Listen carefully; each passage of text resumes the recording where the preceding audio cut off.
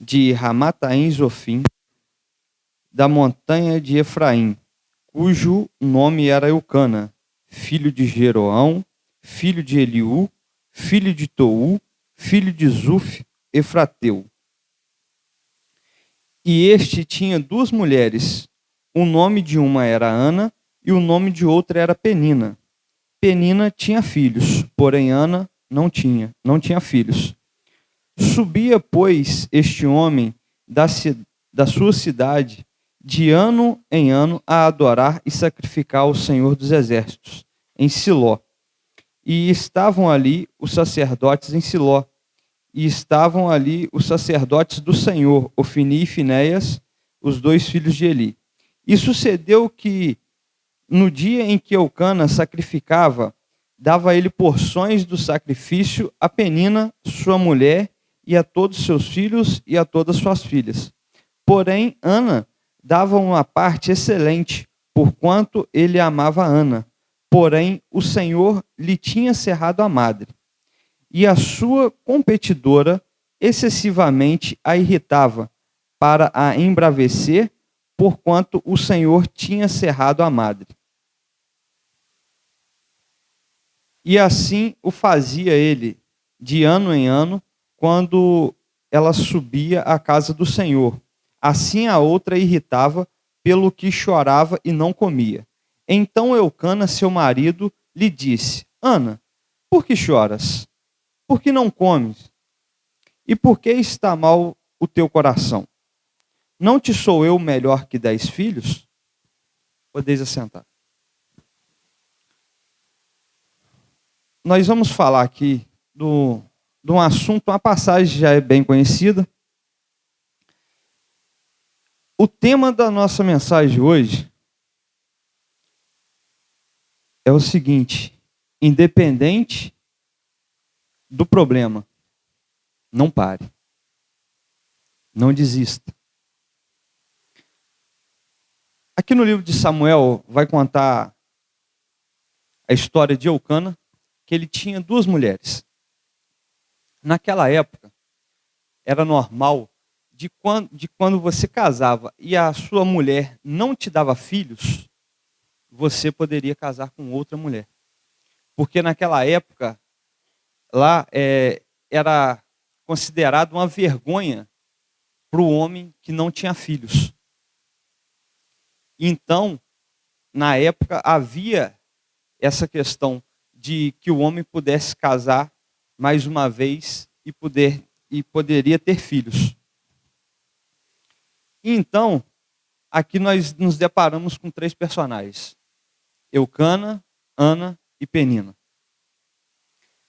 A Bíblia vai relatar aqui que Eucana tinha casado com Penina e ela tinha filhos e filhas. Então, se ela tinha filhos e filhas, ela tinha, no caso, mais de 2 filhos, mais homens, e 2 mulheres. Para uma gestação, a gente sabe que uma gestação dura 9 meses. Então, daí dá para a gente tirar uma base do que Ana sofreu. Não foi pouco tempo. Segundo alguns teólogos, isso durou em fase de 13 anos, até Ana poder ter seu filho. Então, daí dá para a gente ter uma ideia de o quão Ana ela passou por aquele problema. E a palavra de Deus vai dizer que Ana era importunada por Penina. Vamos nos colocar no lugar de Ana. Todos os dias ela levantava e ia fazer seus afazeres. E ela se deparava com a sua rival dentro da sua casa, mostrando os filhos que tinha e ela não tinha nenhum. A humilhação que era para ela. Só que aqui tem um fato importante. A Bíblia não menciona que Eucana amava a Penina, mas sim amava a Ana. Então, aqui ele vai falar: não te sou eu melhor do que 10 filhos? Mas a gente há de convir que o problema dos outros é fácil da gente resolver. Mas os nossos, por mínimo que seja, a gente tem uma certa dificuldade de resolver. Ou até mesmo de tomar alguma atitude ou decisão. Mas nós vemos aqui, o primeiro ponto aqui, que eu quero começar, é que Ana, ela não desistiu. Se Ana, ela pega ali e diz não, acabaria aqui o livro de Samuel, no primeiro capítulo. Acabaria aqui. Só que Ana, ela foi convivendo com aquele problema. E quando a gente convive com um problema, chega uma hora que a gente tem que dar um ponto final. Uma vez aconteceu um certo fato, que fui à praia, estava eu e o Dico. O Dico, ele cismou de entrar numa poça de água para poder tirar uma foto. Só que ele não viu que ali estava cheio de ouriço. Quando ele foi levantar para poder sair dessa poça, ele pisou no ouriço. Ele estava de chinelo e ali os espinhos entrou no pé. Só que esse rapaz, tipo assim, ele sabe conviver com a dor. Até o jeito dele pisar, ele passou a pisar, tipo assim, para não incomodar. Mas só que teve um certo dia que o espinho, tipo assim, atrapalhou ele andar e tava. Teve um dia que teve que sair. Não importa se você aprende a andar com o seu problema ou a conviver com o seu problema. Um dia você vai ter que dar um ponto final naquilo. E Ana, ela fez isso. Ela disse sim. Teve um certo ponto que ela falou assim, não, hoje acaba o meu problema. Por mais entristecida que ela estava, a Bíblia vai falar que ela estava abatida, atribulada de coração, mas ela resolveu dar um fim nesse problema dela. E o que ela fez? Ela fez aquilo que todos nós devemos fazer. Ela foi orar. Enquanto o pessoal estava comendo, se alimentando, ela foi orar.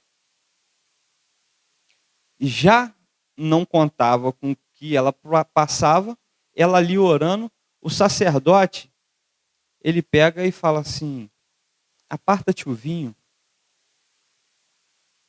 Outro fato que Ana nos dá exemplo. Independente do que ela estava passando, ela foi obediente. Mesmo o sacerdote estando errado, ela falou assim, não, meu senhor, eu sou uma mulher atribulada de coração, atribulada de espírito, e estou assim, e começou a relatar. E ali o profeta fala para ela, vai, e que o Deus de Israel te conceda a sua petição. Então nós vemos que é necessário, muitas das vezes, não só orar, mas o nosso Deus, ele não suporta ver um coração contrito e quebrantado diante dele. Não estou falando que é para qualquer problema a gente pegar e achar que se a gente voltar para Deus, ele vai fazer aquilo de imediato. Não. Para Deus, tudo tem um tempo determinado. Então, por muitas das vezes, a gente acha que vai orar e aquilo vai acontecer de imediato. Não. Deus quer que a gente persevere. Para Deus, até o sofrimento é lugar dele ser glorificado e exaltado. Independente daquilo que você está passando, Deus não tem isso de achar, eu não vou fazer com que o irmão passe aquilo para ele não ter que sofrer. Não, Deus não se importa com isso. Deus não se importa se ele tiver que tirar um filho seu, uma mãe, um pai, ele não se importa se aquilo vai te causar uma dor. Ele se importa com que o propósito dele seja cumprido. Se aquilo tiver que acontecer, ele vai fazer. Ele não se importa com isso. Mas só que Deus, ele faz as coisas tudo com propósito. O tempo, pode passar o tempo que for, mas quando ele determina, porque a palavra de Deus vai dizer que ele tinha cerrado a madre de Ana. Ele tinha havido cerrado a madre de Ana. Então, era algo que ela não podia fazer nada. Enquanto ele não quisesse, ela não seria mãe. Mas, até no momento em que ela tinha dor, que aquilo, ela tinha aquele desejo de ser mãe e aquilo lhe causava dor porque a outra importunava, ele não ficou pensando, minha serva está sofrendo. Não, era necessário passar aquilo. Era necessário que o propósito dele fosse cumprido. Mas, por muitas das vezes, a gente começa a orar em determinadas causas e a gente, muitas das vezes, não vê resposta. Acha que Deus não está ouvindo ou que Deus não está respondendo. Só que Deus ele não é ligado ao tempo, ao nosso tempo. Ele tem um tempo dele. Lá vai dizer, a palavra de Deus vai dizer que um dia para Deus é como se fosse 1000 anos e 1000 anos é como se fosse um dia. Então a gente fica ligado ao tempo. Mas só que Deus não é preso ao tempo. O que movimenta o trono de Deus é a busca, é a oração. Ele tá preocupado com isso. Então ali, ele via Ana, isso ano após ano, ela ia ali. E ano após ano, ela era confrontada pela sua rival. Ano após ano, era confrontada. Por mais que o marido dela o amava. Mas só que não era o suficiente para ela, só o amor do marido. Ela queria gerar, ela queria poder gerar. Então, uma coisa eu aprendo aqui, que mesmo quando Paulo ele estava indo para Damasco, não estava sabendo de nada, foi no meio do caminho que Deus pegou ele. Então não tem esse negócio, é no meio ali que Deus vai trabalhar, não é no início, não é no final, é no meio. Tem gente que ele pode trabalhar no final, tem gente que ele pode trabalhar no início. Mas tem que haver um processo. Às vezes o processo pode ser no início ou no final, não importa. Mas aqui eu aprendo que, independente do tempo que levar o processo, continue perseverando, assim como Ana perseverou. Então, a gente prossegue aqui e vê que ela não comia. Ana, ela não comia. E ela estava amargurada. Tem problemas que a gente passa que vai nos tirar a fome, vai nos tirar até mesmo a vontade de estar perto dos outros. Só que nós temos que aprender algo. Às vezes a gente quer se revoltar e quer murmurar. A Bíblia não relata que Ana murmurou em nenhum momento. Só que, por muitas das vezes, quando a gente começa a murmurar, parece que a bênção ela vai tardando. Assim como foi com o povo que saiu do Egito. Um caminho que era para eles percorrerem com 40 dias, levou 40 anos. Então, outra coisa eu aprendo, que para cada um dia de murmuração, é 1 ano no deserto que a gente passa. E Ana, momento algum ela murmura, pelo menos a Bíblia aqui ela não relata que ela murmura. Mas eu creio que Ana sabia a quem ela servia.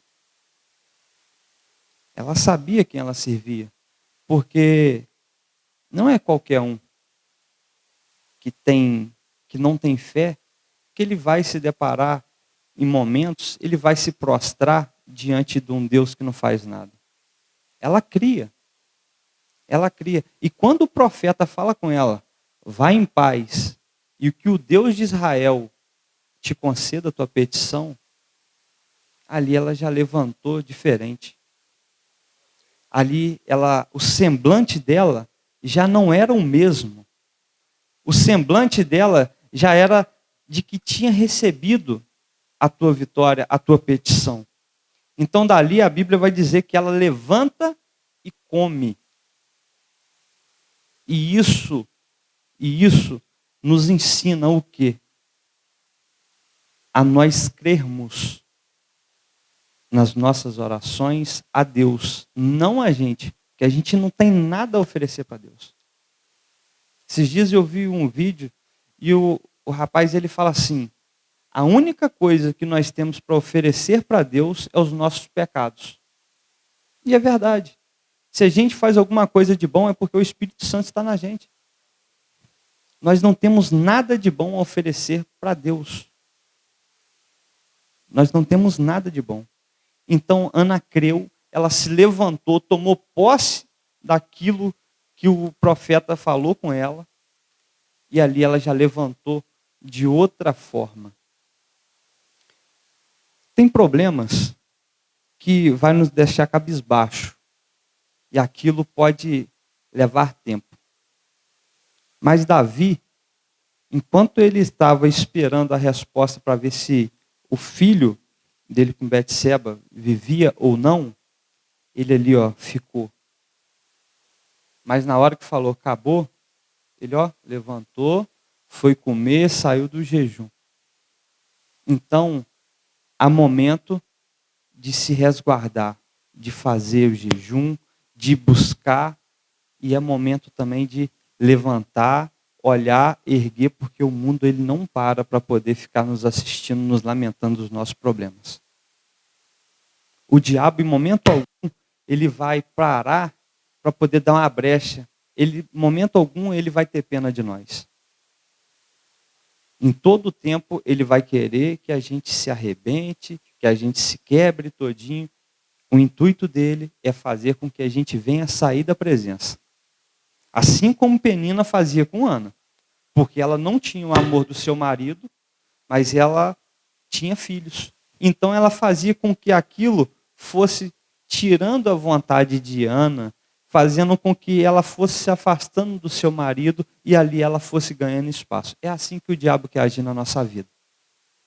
Tomando espaço de pouco a pouco, para quando nós formos ver, parar para analisar, a gente está fora da presença de Deus.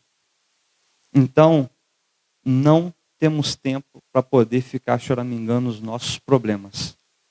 É guerra, é buscar a Deus, jejuar quando necessário e levantar, bater a poeira e enfrentar o problema. Assim que Ana fez. Ela ajoelhou, se prostrou diante de Deus, levantou dali, mas já com a vitória nas mãos. É assim que nós temos que fazer. Porque não adianta a gente pegar e orar, e fazer campanha, buscar, se a gente não crê. Eu posso muito bem me ajoelhar, orar, pedir e levantar e falar assim, será que vai acontecer? Não precisa de ninguém. Se eu agir dessa forma, eu não preciso de ninguém tentar minar minha fé. Eu mesmo mino minha fé. Porque se eu duvido daquilo que eu estou buscando, é uma perca de tempo. Então, se a gente não tiver um foco, uma busca e crer a quem a gente está buscando, fica complicado a gente vencer qualquer guerra, vencer qualquer problema. Porque o nosso Deus, ele é um Deus que faz aonde não tem jeito de acontecer. Ele, aonde não tem nenhuma condição, ele faz. Ele pega aquele que é desenganado e coloca para ser. Ele pega quem era desprezado, quem era humilhado e coloca em lugar de honra. Porque com Deus é assim, com Deus é diferente. Deus, ele não tem os nossos olhos, ele não julga como se fosse nós. O julgamento de Deus é totalmente diferente. Ele é longânimo. Ele ama a justiça e odeia a iniquidade. Então, é uma forma diferente. A gente pau é pau, pedra é pedra e fogo é fogo. Com Deus, não. E isso é bom. Isso é bom.